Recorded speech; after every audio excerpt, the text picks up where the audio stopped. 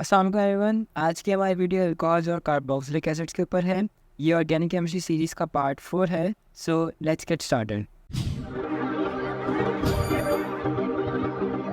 Alcohol वो organic compounds होते हैं which contain hydroxyl functional group.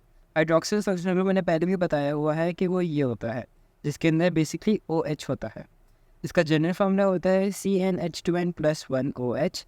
अगर हम इसकी कार्बन नंबर 2 की बात करें तो वो कुछ इस तरह होगा C2H5OH।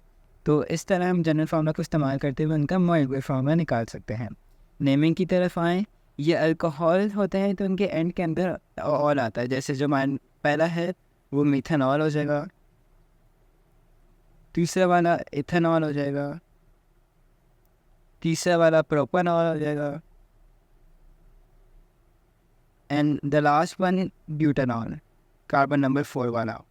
और इनके मॉलिक्यूलर फार्मूला हम जनरल फार्मूला को इस्तेमाल करते हुए निकालने गए तो कुछ इस तरह होंगे CH3OH, C2H5OH, C3H7OH and lastly C4H9। मैं C4 सही से लिख देता हूँ, C4H9OH। इनके डिस्प्लेड फार्मूला कुछ इस तरह बनाते हैं कि हम सब कार्बन्स को एक स्ट्रेट चेन में लगा देते हैं, देन कहीं भी OH लगा देते हैं एंड बाकी जो वैलेंसी है वो हम हाइड्रोजन से फिल कर देते हैं।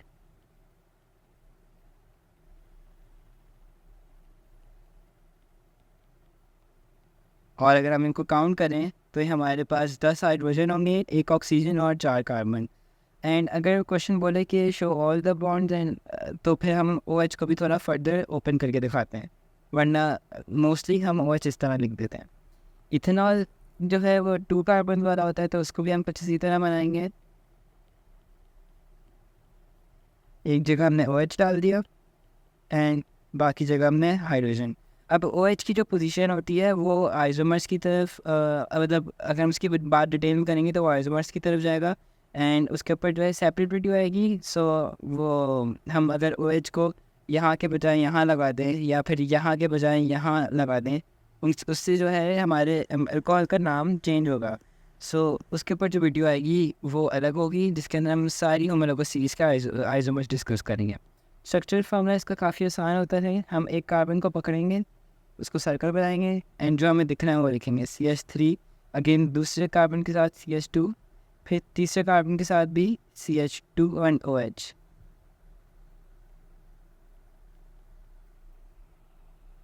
अगर अब इधर आए तो फिर पहले कार्बन के साथ CH3 है, फिर CH2, देन CH और फिर ब्रैकेट में OH आएगा, then CH2 and then CH3। ये जो है इनके स्ट्रक्चरल फार्मूला है। फिज़िकल प्रॉपर्टीज़ इनकी सेम ही है एल्केन्स वाली, बस एक एडिशन है और वो है कि इनकी सॉलिबिलिटी जो है टॉप टू बॉटम वो डिक्रीज़ होती है। बाकी सारी जो फिज़िकल प्रॉपर्टीज़ हैं वो बिल्कुल सेम होती हैं। यूजेस जो हैं इनके एज अ सॉल्वेंट इस्तेमाल होते हैं और एज अ फ्यूल इस्तेमाल होते हैं। केमिकल प्रॉपर्टीज़ में हमारी सबसे पहले केमिकल प्रॉपर्टीज़ है ऑक्सीडेशन ऑफ अल्कोहल्स। उसके अंदर होता क्या है कि alcohol O2 from oxidising agent के साथ रिएक्ट करता है with the condition of heat और वो कार्बोक्सिलिक एसिड और वाटर बनाता है। और जो सबसे कॉमन ऑक्सीडाइजिंग एजेंट जो हम केमिस्ट्री में अपनी इस्तेमाल करते हैं वो है एसिडिफाइड पोटेशियम मैग्नेट 7।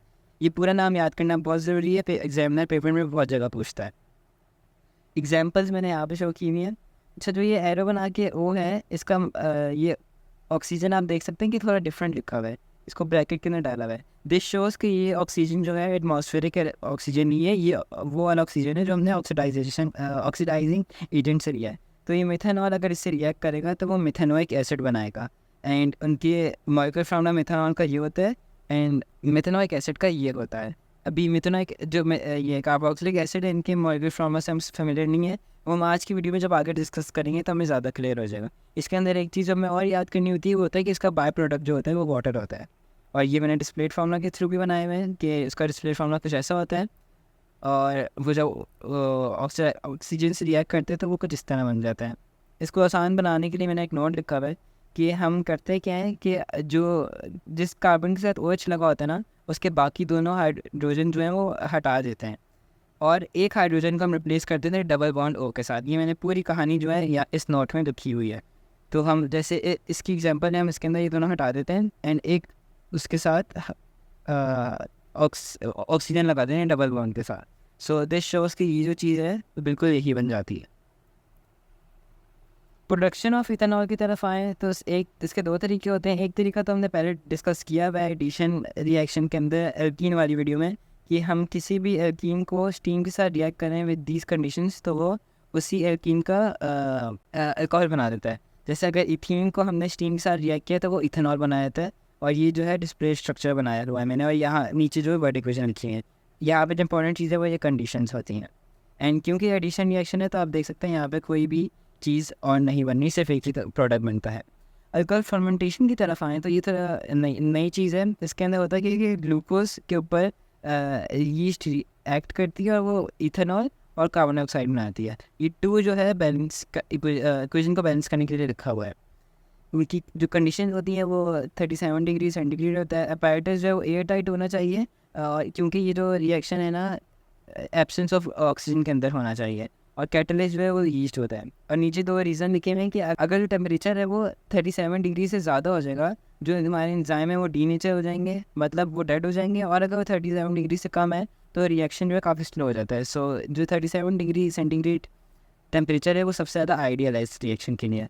और अगर ऑक्सीजन लीक हो गई तो इथेनॉल जो है वो ऑक्सीडाइज होकर इथेनॉइक एसिड बन जाएगा, जैसे हमने ऊपर ऑक्सीडेशन वाले रिएक्शन में पढ़ा। सो ये तो इसकी कंडीशन तो ज़्यादा इंपॉर्टेंट है कि एयर टाइट कंटेनर में होता है जिसके अंदर हम रबर कॉर्क इस्तेमाल कर सकते हैं। और टेम्परेचर इसका जो है वो 37 डिग्री होना चाहिए, इससे ज़्यादा नहीं होना चाहिए। एंड कैटलिस्ट तो ईस्ट है, ये आसान है याद करना। ये बाकी जो चीज़ें हैं इनकी रीजनिंग भी एग्जामिनर पूछ सकता है। ये जो मैंने यहाँ पर डिस्क्रिप्शन लिखी हुई है, क्योंकि इसके काफ़ी डिस्क्रिप्टिव आंसर्स भी आते हैं। सो आप लोग ये पढ़ सकते हैं एंड याद भी कर लें, क्योंकि एग्जामिनर ये बहुत दफ़ा इसके 2-3 मार्क्स के क्वेश्चन में पूछता है। अच्छा, यहाँ पे दोनों के कंपैरिजन में एडवांटेज और डिसएडवांटेज लिखी हुई हैं। ये जितनी भी ग्रीन से आपको दिख रही है सारी एडवांटेजेस हैं, और ये रेड वाली सारी डिसएडवांटेजेस हैं। सो पहले हम हाइड्रेशन को डिस्कस किया, दोनों को साइड बाय साइड डिस्कस कर लेते हैं। हाइड्रेशन जो है उसका सेटअप कॉम्प्लेक्स होता है। फर्मेंटेशन में कोई सिर्फ सिंपल इक्विपमेंट रिक्वायर्ड होता है। इसके अंदर जो हमारे रिसोर्सेज हैं वो नॉन रिन्यूएबल है, मतलब जिससे हम काम कर रहे हैं। जो इसके अंदर एल्कीन चाहिए होता है वो हमें क्रूड ऑयल में से मिलता है। यहाँ पे हम शुगर केन को इस्तेमाल कर सकते हैं, क्योंकि हमें बेसिकली स्टार्च के ऊपर यीस्ट रिएक्ट करवानी होती है, जो उसको फर्दर ग्लूकोज में डिकम्पोज करती है और फिर फर्दर वो अल्कोहल में डिकम्पोज करती है। ये कंटिन्यूस प्रोसेस है, मतलब ये तेज़ होता है। ये बैच प्रोसेस से काफ़ी स्लो होता है। ये तेज़ होता है, स्लो होता है, मैंने नीचे भी लिखा हुआ है। ये जो है प्योर इथेनॉल प्रोड्यूस करता है, ये डाइल्यूट सोल्यूशन प्रोड्यूस करता है, और इस डाइल्यूट सोल्यूशन को फर्दर प्रोसेस होना होता है। यहाँ पे जो है कोई भी गैसेस हार्मफुल प्रोड्यूस नहीं होती, यहाँ पे कार्बन डाइऑक्साइड प्रोड्यूस होती है। यहाँ पे ज़रा कंडीशन मेंटेन करना थोड़ा मुश्किल होता है, टेम्परेचर काफ़ी हाई होता है और प्रेशर भी हमें ज़्यादा चाहिए होता है। यहाँ पे कोई प्रेशर की नीड नहीं होती है, सिर्फ थोड़ा सा हमें टेम्परेचर चाहिए होता है जो 37 डिग्री सेंटीग्रेड होता है। तो ये लिखने का मकसद ये था क्योंकि एग्जामिनर इसके ऊपर भी काफ़ी क्वेश्चन पूछता है कि आप डिस्कस करें कौन से ज़्यादा बेहतर है, यहाँ पर इसके एडवांटेजेस और इसके डिसएडवांटेजेस बता दें। अब हम चलते हैं कार्बोक्सिलिक एसिड की तरफ। ये वो होमोलोगस चीज़ होती है which contains a functional group of carboxyl COOH। इसका जनरल फार्मूला होता है CnH2n COOH। और इसके अंदर n की वैल्यू है ना, यहाँ पे थोड़ी डिफरेंट है। ये नंबर ऑफ़ कार्बन नहीं होता, ये नंबर ऑफ़ कार्बन -1 होता है। तो फॉर एग्जांपल अगर मुझे इथीन की चाहिए ना कार्बन नंबर 2 की, तो मैं यहाँ पे n की वैल्यू डालूंगा 1, तो वो मेरे पास आएगा C1H3COOH। तो CH3COOH ये जो है कार्बन नंबर 2 का है, और हमें n की वैल्यू जो है एक कम डालनी होती है, इसलिए ये मैंने यहाँ पे -1 लिखा हुआ है। हम इसकी अब ज़रा चार्ट फिल कर लेते हैं नेमिंग और मॉलिक्यूलर फार्मूला का। ये होता है मिथेनॉइक एसिड,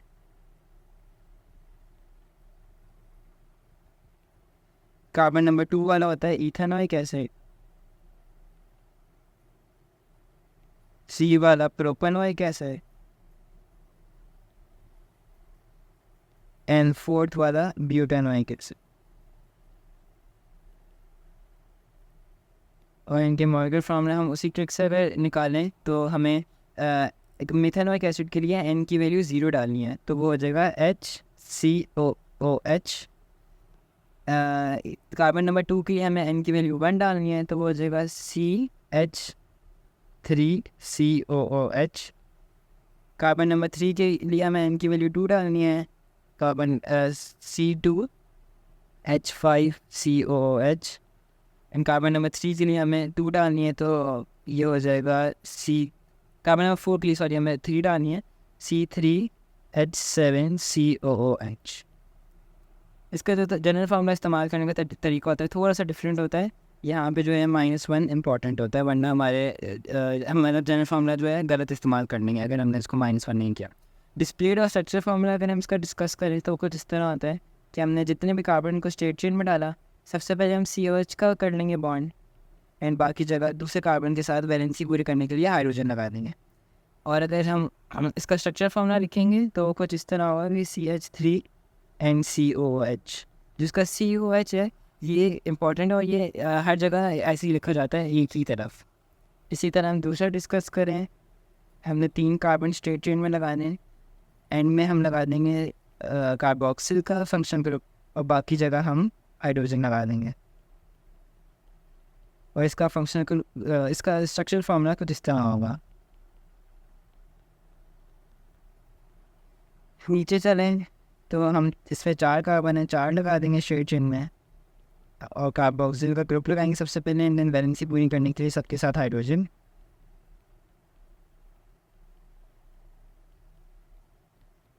और इसका स्ट्रक्चर फार्मूला भी थोड़ा इस तरह का होगा। मैं स्ट्रक्चर फार्मूला बिल्कुल उसी टेक्निक से बता रहा हूँ जैसे मैं बताता आया हूँ कि हम एक कार्बन को पकड़ते हैं, उसके इर्द सर्कल बनाते हैं, जो भी हमें दिख रहा होता है वो लिख लेते हैं CH3। अब इस कार्बन को पकड़ते हैं, उसके इर्द सर्कल बनाते हैं और जो भी हमें दिख रहा होता है वो लिख लेते हैं। इस कार्बन को पकड़ते हैं, दोबारा सर्कल बनाते हैं CH2, एंड देन इस कार्बन को पकड़ते हैं, दोबारा सर्कल बनाते हैं COOH। और सर्कल हम वो देखते हैं जो उस कार्बन के साथ कनेक्टेड हो, उस चीज़ को हम अपने सर्कल के अंदर डालते हैं। फिजिकल प्रॉपर्टीज़ की सारी सेम है, कोई भी इसमें नई चीज़ नहीं होती। केमिकल प्रॉपर्टीज़ के अंदर सबसे पहले आयनाइजेशन डिस्कस करते हैं, क्योंकि ये एसिड है, ये जो कार्बोक्सिलिक एसिड होता है ये वीक एसिड होता है, तो इसके अंदर ये जो चीज़ है ये इंडिकेट करती है कि ये वीक एसिड है। आयनाइजेशन जैसे नॉर्मल एसिड की होती है कि H+ प्रोड्यूस होता है, इसके अंदर भी वही होगा। हम इसके अंदर बस करते हैं कोई भी, अगर हम लेट्स से C2H5 की एग्जांपल लें और इसको हमने आयोनाइज करवाना है, तो ये कुछ इस तरह होगा। हमने C2H5 लिख देना है और उसमें OO जो है हम CO लिखेंगे साथ में, एंड में जो हमारा ये वाला है होता है ना, ये वाला H हम ये इंक्लूड नहीं करेंगे, हमने यहाँ माइनस डालना है, अब +H+। ये जो हमारी आयोनाइजेशन की इक्वेशन बन जाती है। So as you can see मैंने यहाँ पे भी ये किया है, बस यहाँ पे जो हाइड्रोजन था वो यहाँ चला गया है। अच्छा, अब जो नॉर्मल एसिड के रिएक्शन होते हैं ना, मेटल के साथ, बेस के साथ और कार्बोनेट किसी मेटल कार्बोनेट के साथ, वो ही होते हैं यहाँ पे। अगर मेटल के साथ रिएक्ट करेगा सॉल्ट और हाइड्रोजन बनाता है, बेस के साथ रिएक्ट करेगा सॉल्ट और वाटर बनाता है, ये न्यूट्रलाइजेशन का रिएक्शन भी होता है। अगर वो मेटल कार्बोनेट के साथ रिएक्ट करेगा तो सॉल्ट, वाटर और कार्बन डाइऑक्साइड एसिड बनाएगा, कार्बन डाइऑक्साइड गैस बनाएगा, सॉरी। तो हम इसका फर्दर डिटेल में डिस्कस करें तो ये इथेनॉइक एसिड मैंने लिया, उसको सोडियम के साथ रिएक्ट किया, उसने सोडियम इथेनोएट बनाया।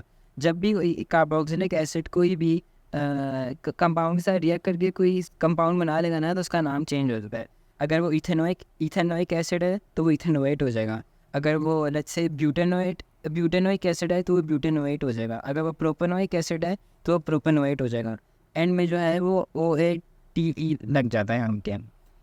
अच्छा, तो हम इसकी एक और एग्जाम्पल कर लेते हैं कि CH3COO। इसके अंदर हम बस करते हैं कि H को हटा देते हैं, साथ में हम लिख देते हैं मेटल, और उसके बाद जो है हम हाइड्रोजन लिख देते हैं, क्योंकि ये जो है मेटल्स का है। बस इसके अंदर हमें करना क्या होता है, जो ये वाला हाइड्रोजन होता है ना, इसकी जगह यहाँ पे मेटल आ देता है। सिर्फ ये टेक्निक होती है इसके अंदर। और अगर इसके हम इसका हम पहले बैलेंस करना होगा, क्योंकि यहाँ पे जो है वो 2 आएगा। मैग्नीशियम के ऊपर चार्ज होता है वो +2 होता है, तो उसकी वजह से वहाँ पे 2 आएगा, जिसकी वजह से यहाँ पे भी 2 आना चाहिए। सो आई थिंक सो कि ये बैलेंस है जी, ये बिल्कुल बैलेंस हो गई है। और इसकी वर्ड इक्वेशन अगर हम कंप्लीट करें तो वो होगी मैग्नीशियम इथेनोएट, क्योंकि ये इथेनोइक एसिड था, प्लस हाइड्रोजन। बेस के साथ अगर रिएक्शन होगा तो वो कोई बेस होगी, जैसे मैग्नीशियम हाइड्रोक्साइड हो गई। अच्छा, एक और चीज़, जितने भी मेटल्स होंगे ना, क्योंकि ये वीक एसिड है तो ये सारे रिएक्टिव मेटल्स ही होंगे जिसके साथ ये रिएक्ट करेगा। जो थोड़े कम रिएक्टिव होते हैं उनके साथ ये वाला एसिड रिएक्ट नहीं करता। अच्छा, मैं बेस की बात कर रहा था, तो इथेनॉइक एसिड जो है किसी बेस के साथ रिएक्ट करके वही कंपाउंड बनाएगा, बस इसके अंदर चेंज आता है कि वाटर है। जैसे यहाँ पर भी हमारे पास प्रोडक्ट तो बिल्कुल सेम बना, मैग्नीशियम इथेनॉइट, लेकिन उसके अंदर फ़र्क क्या आया कि हमारे साथ वाटर बन गया। सो ये थोड़ा सा बस के अंदर डिफरेंस होता है कि जब बेस होगी तो वाटर बनता है। तो इसकी अगर हम एक और एग्जांपल कर लें नीचे वाली, तो वो कुछ इस तरह होगी कि हम उसी बिल्कुल सेम टेक्निक से लिखेंगे CH3COO। इस दफ़ा मैं ब्रैकेट में नहीं लिखूँगा क्योंकि मुझे पता है जो यहाँ पे मेटल है वो Na है, सोडियम है, और इसका जो चार्ज होता है वो +1 होता है, तो उससे भी इफेक्ट नहीं आता। और हमने साथ में लिख देना है H2O। और फिर हम ये चेक कर लेंगे कि ये क्या ये बैलेंस है, तो यस ये बिल्कुल बैलेंस भी है। और इसकी वर्ड इक्वेशन कंप्लीट करने के लिए हम लिख देंगे कि ये बना रहा है सोडियम इथेनॉइट प्लस वाटर। तो ये हमारा बेस भी कंप्लीट हो गया। कार्बोनेट की तरफ आएँ तो वो एक एसिड होगा और उसके साथ कोई मेटल कार्बोनेट रिएक्ट करेगा और उसके अंदर भी बिल्कुल सब चीज़ें सेम होंगी, बस एक एडिशन होगा, वो होगा कार्बन डाइऑक्साइड। ये जो चीज़ें हमें वैसे प्रायर नॉलेज से पता होनी चाहिए क्योंकि हम ये सब जो है एसिड बेसिस के चैप्टर में पढ़ते हैं। अच्छा, ये प्रोडक्शन की बात है और ये हम पहले डिस्कस कर चुके हैं कि प्रोडक्शन ऑफ कार्बोक्सिलिक एसिड क्या होती है। तो वही होती है जो ऑक्सीडेशन ऑफ अल्कोहल्स में हमने पढ़ी कि अगर कोई भी अल्कोहल ऑक्सीडाइज हो जाएगा तो वो जो है कार्बोक्सिलिक एसिड बनता है, जो यहाँ पे मैं आपको दिखा रहा। ये चीज़ जो है इसका दूसरा नाम मैं यहाँ लिख भी देता हूँ, वो है प्रोडक्शन ऑफ कार्बोक्सिलिक एसिड।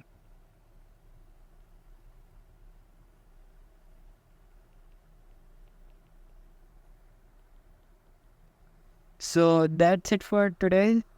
आज हम दो होमोलॉगस सीरीज कंप्लीट की, कार्बोक्सिलिक एसिड और अल्कोहल्स। आई होप कि आपने कुछ नया सीखा होगा। And share this video with your friends, like this video, subscribe to our channel. That's it for today. Take care and अल्लाह हाफिज़।